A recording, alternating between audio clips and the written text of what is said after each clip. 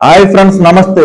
తెలుగు రాష్ట్రాలలో hot topic lady Aghori Srivarshini పెళ్లి. అసలు ఈ లేడీ అఘోరి నాగ శ్రీనివాస్ ఎవరు? శ్రీవర్షిని లైఫ్ లోకి ఎలా వచ్చారు? అతని బాల్యం ఏంటి తెలుసుకునే ముందు మన ఛానల్ ఎవరైనా సబ్స్క్రైబ్ చేయకపోతే సబ్స్క్రైబ్ చేసుకోండి. లేడీ అఘోరి నాగ శ్రీనివాస్ తెలంగాణ రాష్ట్రం కృష్ణపల్లి గ్రామంలో జన్మించడం జరిగింది. ఒక నిరుపేద కుటుంబంలో జన్మించడం జరిగింది. చిన్నతనం నుంచే చదువుకునేంత ఆసక్తి అయితే లేదు. ఇలా అఘోరి అవడానికి కారణం చిన్నతనంలో పలుసార్లు వాళ్ళ అమ్మగారి పైన దేవుడు పడడం, ఇవన్నీ చూసి తనలో ఒక కోరిక కలిగింది. ఎలా అయినా మనం కూడా ఒక అఘోరిలా అవ్వాలని తాను అనుకున్నాడు.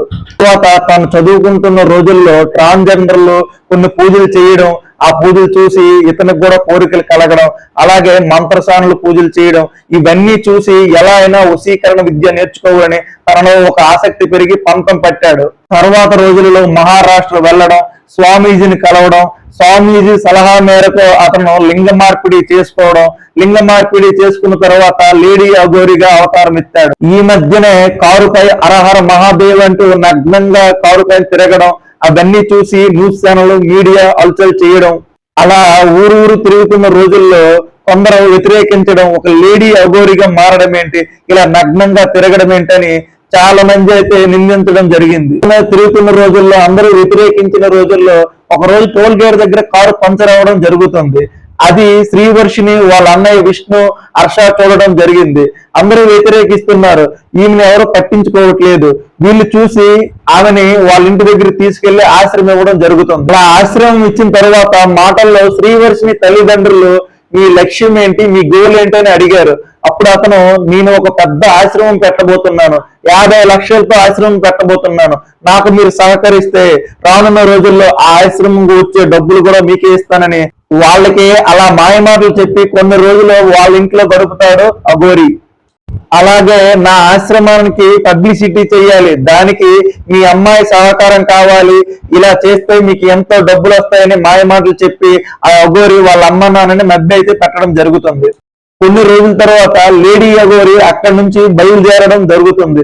బయలుదేరే ముందు శ్రీవర్షిని వాళ్ళ అమ్మ నాన్న ఒక మాట అడుగుతారు, మీ అమ్మాయిని నాతో పంపించండి, నా ఆశ్రమాన్ని ఫండ్స్ రావాలంటే మీ అమ్మాయి పబ్లిసిటీ నాకు కొంచెం హెల్ప్ అవుతుంది. ఇలా పంపించిన తర్వాత 2 రోజుల తర్వాత వీళ్ళ అమ్మ నాన్నకి విష్ణుకి ఇతని పైన అంత నమ్మకం కలగలేదు.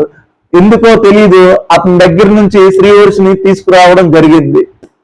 శ్రీవర్షిని ఇంటికి తీసుకొచ్చిన తర్వాత ఒక వారం రోజుల తర్వాత వెంటనే మళ్ళీ అఘోరితో పారిపోయింది.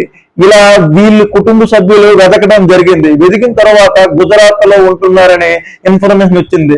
వెంటనే వెళ్ళి శ్రీవర్షిని అయితే కుట్టి మరీ తీసుకురావడం జరుగుతుంది. ఇక్కడ అందరికీ అర్థం కాని ప్రశ్న ఏంటంటే, ఒక బీటెక్ చదువుకున్న అమ్మాయి, ఒక అందమైన అమ్మాయి, ఒక చదువుకున్న అమ్మాయి ఇలా లేడీ అఘోరితో వెళ్ళడం ఏంటి అని అందరు ప్రశ్నిస్తున్నారు. నాకు తెలిసి వర్షిని ఆయన చెప్పిన మాయ మాటలకి ఈ అమౌంట్ అంతా నీకే ఇచ్చేస్తాను, అలాగే ఈయనకి పబ్లిసిటీ పిచ్చి, ఈయనకి కూడా యూట్యూబ్ ఛానల్ ఉంది, అందుకోసమనే ఈయనతో ఇలా వెళ్తే వెంటనే ఫేమస్ అవుతానని అనిపించిందేమో నాకు తెలిసి.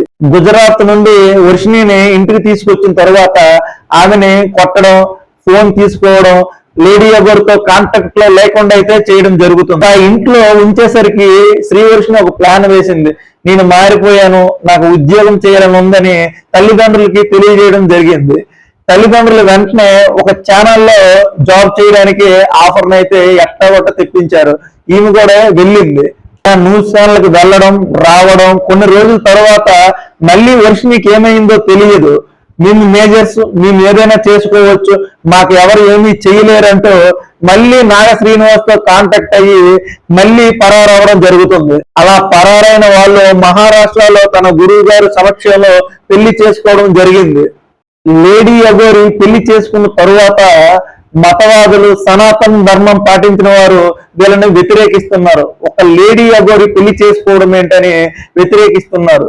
మరో పక్క శ్రీవర్షిని తల్లిదండ్రులు మా అమ్మాయిని మాయమాటలు చెప్పి వశీకరణం చేసుకొని ఇలా తీసుకొని వెళ్ళిపోయాడని బాధపడుతుంటే, కొందరు సీనియర్ జర్నలిస్టుల వాదన, మీరు ఎందుకు అతన్ని ఆశ్రయం ఇచ్చారు, డబ్బు కాసబడి ఎందుకు ఎక్కువ రోజులు ఇంట్లో ఉంచుకున్నారు, ఇలా మీరు చేయడం వల్ల మీ అమ్మాయిని చేజార్చుకున్నారు మీరే అని కొందరు వాదన. అయితే శ్రీవర్షిని వాళ్ళ అమ్మ నాన్న వాదన ఏంటంటే, మా అమ్మాయిని లేడీ అగోరి వశీకరణం చేసుకున్నారు. వశీకరణం కాకపోతే అప్పుడు వరకు అమ్మ నాన్న అన్నయ్య అంటుంది, 15 రోజుల తర్వాత నాకు స్వామి కావాలి, ఆ లేడీ అగోరి కావాలి అంటుందంటే ఇది వశీకరణం కాకపోతే ఇంకేంటని వాళ్ళ అమ్మ నాన్న ప్రశ్నిస్తున్నారు. ఈ తల్లిదండ్రుల మాటలు కూడా కొందరు వ్యతిరేకిస్తున్నారు. ఈ రోజుల్లో కూడా వశీకరణం ఏంటని ఇదంతా ఒక వాదన అయితే, మరికొందరు వాదన ఏంటంటే అసలు ఆ స్వామీజీ, అదే స్వామీజీ అనాలా లేకపోతే అఘోరి అనాలా మనకే అర్థం కావట్లేదు.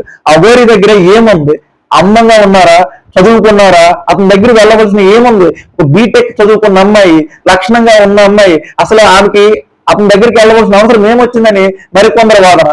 వీళ్ళు పెళ్లి చేసుకున్న తరువాత ఇంకో ఆమె ఎంటర్ అయింది. రాధిక అనే ఆమె అఘోరి నన్ను పెళ్లి చేసుకున్నాడు, నా జీవితం నాశనం చేశాడని హల్చల్ చేయడం జరిగింది.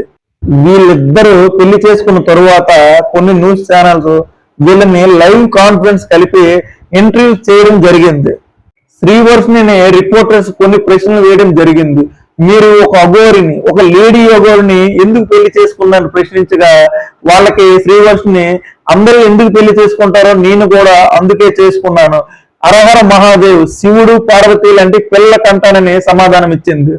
సమాధానానికి కొందరు తప్పు పట్టారు. ఒక లేడీ అఘోరితో నువ్వు ఎట్లా పిల్లలు కంటావు, అయినా నువ్వు ఎట్లా పిల్లలు కను, మీరిద్దరు ఎలా పడండి, కానీ ఇలా హిందూ ధర్మం, సనాతన ధర్మం అనే పేరుతో అలా ముసుగులో మీరు ఇలా తప్పు చేయడం కరెక్ట్ కాదు. మీరు ఎట్లా అయినా చెయ్యండి, కానీ ఇలా అఘోరీ వేషంలో ఉండి హిందూ సిద్ధాంతాలని, సనాతన ధర్మాన్ని మంట కలపకండి అని కొందరు ప్రశ్నిస్తున్నారు. నా వీడియో మీకు నచ్చినట్లయితే లైక్ చేయండి, సబ్స్క్రైబ్ చేయండి.